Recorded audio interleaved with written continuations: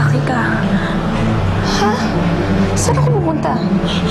Kahit saan kailangan mo lumayo. Nanganganib ang buhay mo eh. Kanino? Sa'yo? Sa nanay ni Jonathan? Alam ba ni Jonathan to? Nagsampa ng kasong kapatid mo sa magulang ni Jonathan. Ngayon si Jonathan at kami pinag-aaway. Ang sabi niya, tutulungan niya ako madispatcha ka para matulungan silang baguhin ko ang isip ni Jonathan. Pero saan ako pupunta? Kahit saan. Basta hindi ko lang makita. Ayoko. Ano ka ba? Tinutulungan na nga kita eh.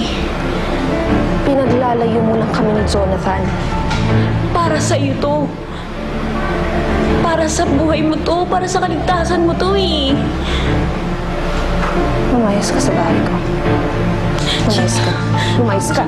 Lumayas ka sa bahay ko. Ano yung sasaktan ako? Sinabi. Nasasaktan ako.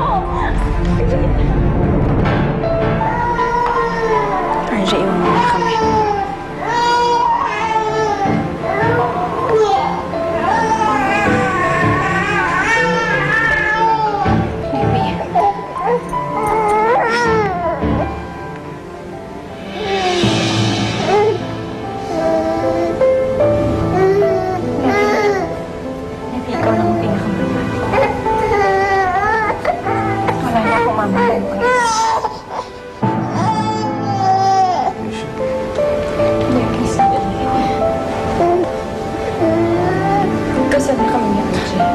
Hindi mo siya mahal.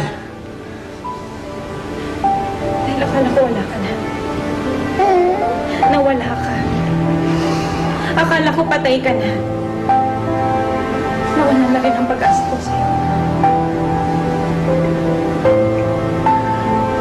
Eh ngayon nalaman mo buhay mo. Ha? Hindi ba nanumbalik yung pag-ibig mo sa akin? Hindi naman mawawala yun eh.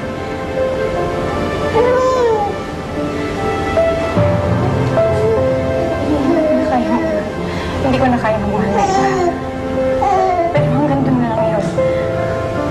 Bakit?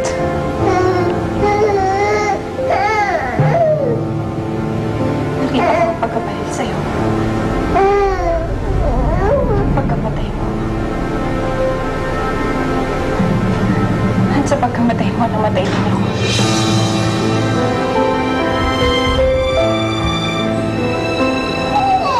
Namatay na ako noon. Kung babalik ako sa'yo. Kapag nawala ka.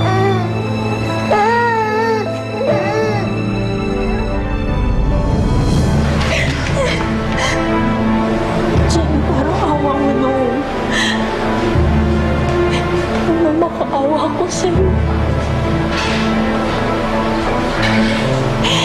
Lumayo ka na. Para sa kaligtasan ng buhay mo to. At para sabi ni Jonathan, kapag may nangyari sa'yo, hindi na siya magmamahal ulit. Hindi na niya ako mamahalin. Pagkawa mo na, Gina, please. Sige na.